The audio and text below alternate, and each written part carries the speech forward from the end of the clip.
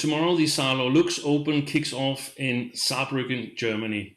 It is both the first and the last tournament on the BWF Super Tour, the Super 100 level. And it's an excellent opportunity for the players to compete after several months of cancellations of tournaments all over the world.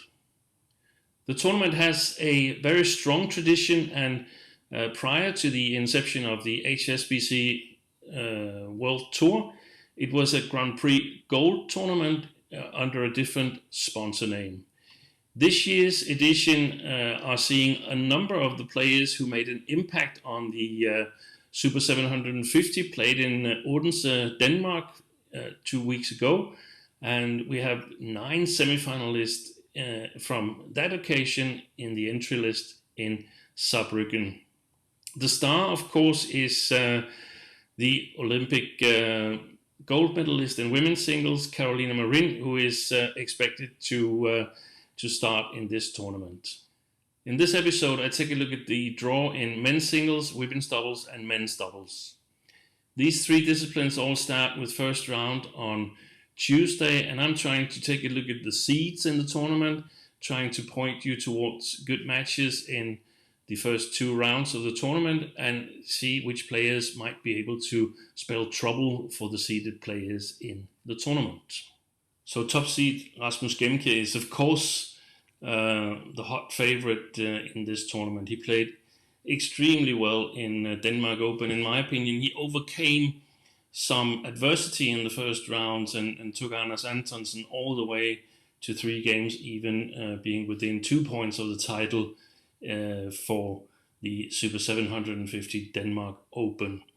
This tournament is different as he comes in as a favorite, and that does something to people, but he also faced some matches where he was the clear favorite in Denmark Open, and he overcame them well. So I think he's going to be there in the weekend. Whether he's going to win the tournament or not, that's always difficult to say, but in my opinion, one of the top 2 favorites. Hans Christian Witting, who's at number 5, he stated that he hadn't really been able to practice as much as he wanted to going into these 2 tournaments, Denmark Open and then with a week's break, the SaarLorLux Open.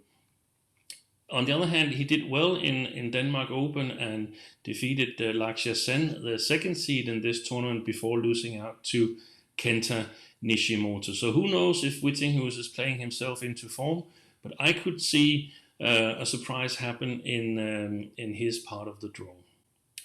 Next on is Brice Levadès, the 4th-seeded Frenchman, who's always a bit unpredictable, and I think actually that he played really well in the first game against Nishimoto in Denmark Open before losing it 21-19. Had he won that game, who knows what motivation could have done. Now he looked a little bit short of stamina in the second game, and he bowed out in the first round. But he's always a dark horse in the tournament, so watch out for the Frenchman. Then Pablo Abian, who lost in the first round in Denmark Open to Nat Nguyen from Ireland. And I'm not really certain what kind of shape Pablo Abian is in at the moment. Has he been able to keep up his motivation during this lockdown period here? Then on to the lower half of the draw, where Toby Penty, last year's semi-finalist here, is the 8th seed, which is, in my opinion, reasonable enough. He could face Mark Kaljo in the quarterfinal. Kaljo is seeded 3rd and gave some good resistance in Denmark Open to Rasmus Gemke before finally losing out in 3 games. But he's got some tough matches to get there, in my opinion. So watch out for that part of the draw as well. Then we have Shubhankar Dey, who made my Sorry We Disturbed list last week. I'd expected much more from the Indian player. I know he's capable of much more. I've seen him for a couple of years in the Danish league. He was not a factor in Denmark Open and lost easily in the first round. I hope he's been practicing here whilst he's been in Europe, and I would expect him to do more in this tournament. The second seed, Lakshya Sen, is also the defending champion here in SaarLorLux Open. He won the tournament last year, and I think he's ready for a strong defense of his title. He lost in Denmark Open, as I mentioned earlier, to Hans Christian Wittinghus, but he was on his way to victory, in my opinion, when suddenly out of nowhere he managed to create numerous mistakes in the second game, and after winning the first, so he looked really on course to a quarterfinal berth against Nishimoto. But Wittinghus used all his experience and managed to get the better of the Indian.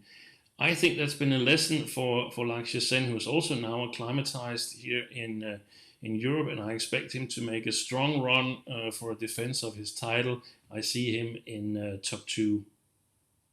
So here we are in Hans Christian Wittinghus's part of the draw. We have an interesting match in the first round between the youngsters Joran Kwekel from Netherlands and Thomas Junior Popov from France, the big brother of Christo Popov, who I expected more from in Denmark Open. Christo Popov is not here in this tournament. He's participating in the European Junior Championship in Finland. Another match I think looks interesting is between Thomas Vauchel of France and Felix Burstedt of Sweden in the second round. It's players that are both aspiring to make their way into the absolute European top level.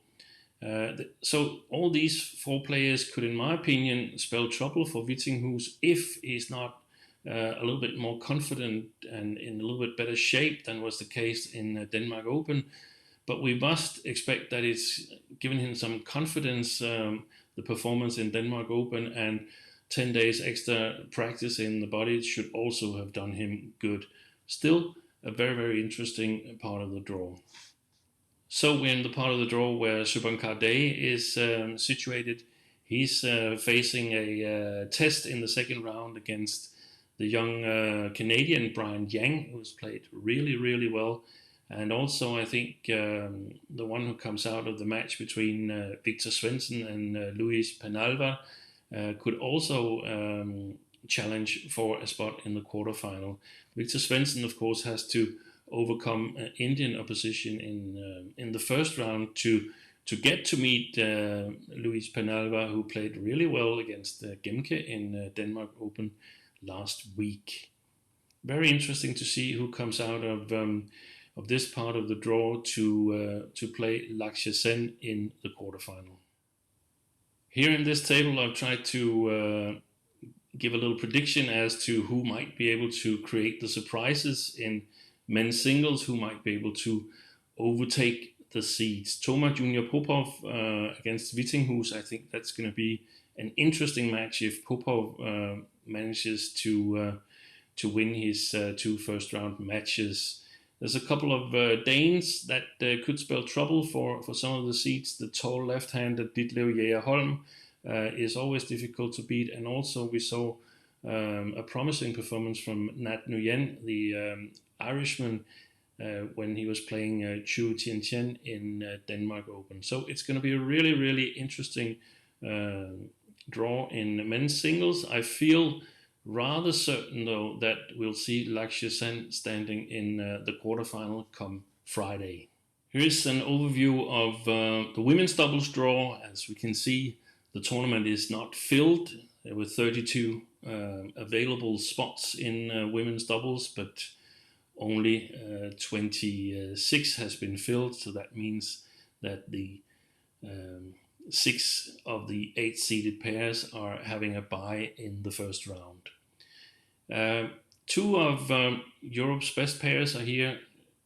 Stephanie Stoeva, Gabriela Stoeva, the European champions, are the top seeds, and second seeds Maiken Forgaard, Sara Thyssen, also one of Europe's best pairings at the moment. However, the pair who played, in my opinion, best in Denmark Open 2 weeks ago, Chloe Birch and Lauren Smith, are not participating in this tournament. Very little entries from the best English doubles players and from Russia, probably Both countries thought that they were going to play the Asian leg of the Super 1000 tournaments in this week here. So here we have the 8 seeds in women's doubles. Stoeva sisters on top of the draw, and tipped to play Alexander Boye and Mette Poulsen in the quarterfinal of this tournament. They played each other last week, 2 weeks ago, in Denmark Open, where the Stoeva sisters won very, very easy, beating the Danes' second women's doubles. Good to see Emily Lefel back in badminton after her severe injury last year. So that's at least one player who's perhaps not so sorry that there's been this delay in terms of tournaments and Olympic Games. It gave her a chance to get back to active tournament badminton. Lefel and Tran, they're in an interesting quarter where one half of the European Games champions, Cheryl Sainen, is entered with Deborah Gille in this tournament, not with her regular partner Selena Peak. Selena Peak only competing in mixed doubles. I guess it's a precaution. Selena Peak had a serious injury a couple of years ago, and starting off with a tournament and playing 2 disciplines where you could expect to go long in both, that might not be the healthiest way to do it. So interesting to see what this scratch combination can do. The young Danes, Maelon and Ravn, last year they entered into some tournaments and did really well, but in many ways this tournament for the women's doubles is sort of the moment of truth, where they have to show whether the expectations and the hype that was around them in Denmark Open is justified, and they're going to have their hands full playing Linda Effler and Isabel Hertrich. Isabel Hertrich, of course, the winner of mixed doubles in Denmark Open together with Max Lamsus, so she'll be full of self-confidence. In the lower part of the draw, it's Sara Thyssen and Maiken Fruergaard. They met Matsumoto and Nakahara early in Denmark Open 2 weeks ago and played a reasonably good match. I would expect to see them go far in this tournament. Their first seeded opposition is Jenny Moore and Vicky Williams in an eventual quarterfinal. Women's doubles is not a category where there's a lot of pairs competing for the spots in the weekend, so I pretty much expect the seeds to go through here, barring any injuries or major surprises. But let's take a look at a couple of interesting matches in the first rounds. The best matches in the first 2 rounds is encounters between Netherlands and Denmark. We have the Danish seeds, Maelon and Ravn. They're up against Tirto Santono and Imke van der Aar. I think the Danes are rather clear favorites, but it's still going to be an interesting match. So in the second round match below, the tables are turned. It's Cheryl Sainen and Deborah Gille who are the seeds. They're up against 2 Danish youngsters, Amalie Schulz and Christine Busch, who did really well in Denmark Open. And as I say, this tournament is a little bit the moment of truth for them because now they have to sort of prove that they can perform over 2 tournaments in a row. So the last discipline in this episode is the men's doubles, and here is the full draw in men's doubles. Unfortunately, the top seeds, Kim Astrup and Anders Rasmussen, are going to have to withdraw as Kim Astrup is nursing a small injury following Denmark Open. Men's doubles has a full draw, and there's also a reserve list, so there will be another pair on the number 1 spot. But I think the 2 Danish mixed doubles specialists, Mathias Christiansen and Niklas Nohr, they'll be looking to capitalize on the withdrawal of their Danish compatriots. Let's take a look at the 8 seeds in men's doubles.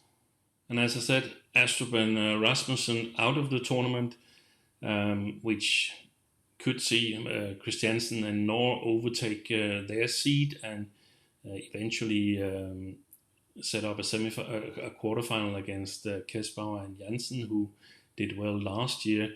Last year, Lakshya Sen, as I mentioned, won the men's singles, whilst all 4 other remaining categories were won by Chinese players. We also notice 2 Scottish seedings here, Alexander Dunn and Adam Hall, seeded 4th, and the Grimley brothers, Christopher and Matthew, seeded 6th in this tournament.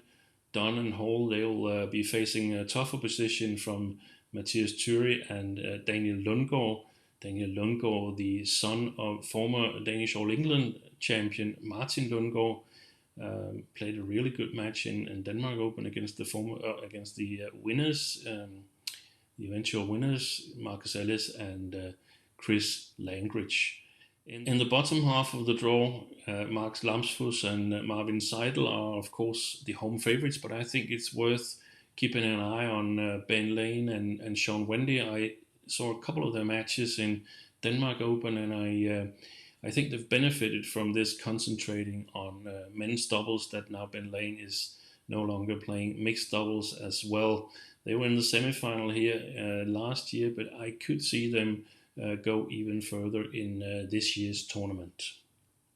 So the 2 interesting matches to watch out for is both including young Danish men's doubles combinations, not necessarily young players, but at least young combinations that will be out to make a name for themselves. Denmark not as strong as previously in men's doubles, and that sort of gives hope to some of the young players that they can actually make it in the national team. First, it's Jeppe Bay and Lasse Mølhed, who played a really good match against Ivanov and Sosunov in Denmark Open, and I think they could spell trouble for the Grimley brothers in the second round. In the other match, it's Joel Eibe and Rasmus Kjær, the semifinalists from Denmark Open, who surprisingly defeated Kim Astrup and Anders Rasmussen in the second round of that tournament. Now it's a little bit more tricky because now they have some expectations on them and something to live up to. And I'm not really certain that they are the favorites against Eloy Adam and Julien Maillot of France. So I'm looking forward to that match as well. That's all for this preview episode of the 3 disciplines to see action on Tuesday in SaarLorLux Open. Thanks for watching, and if you liked it, then please click subscribe or leave a comment below. Bye for now.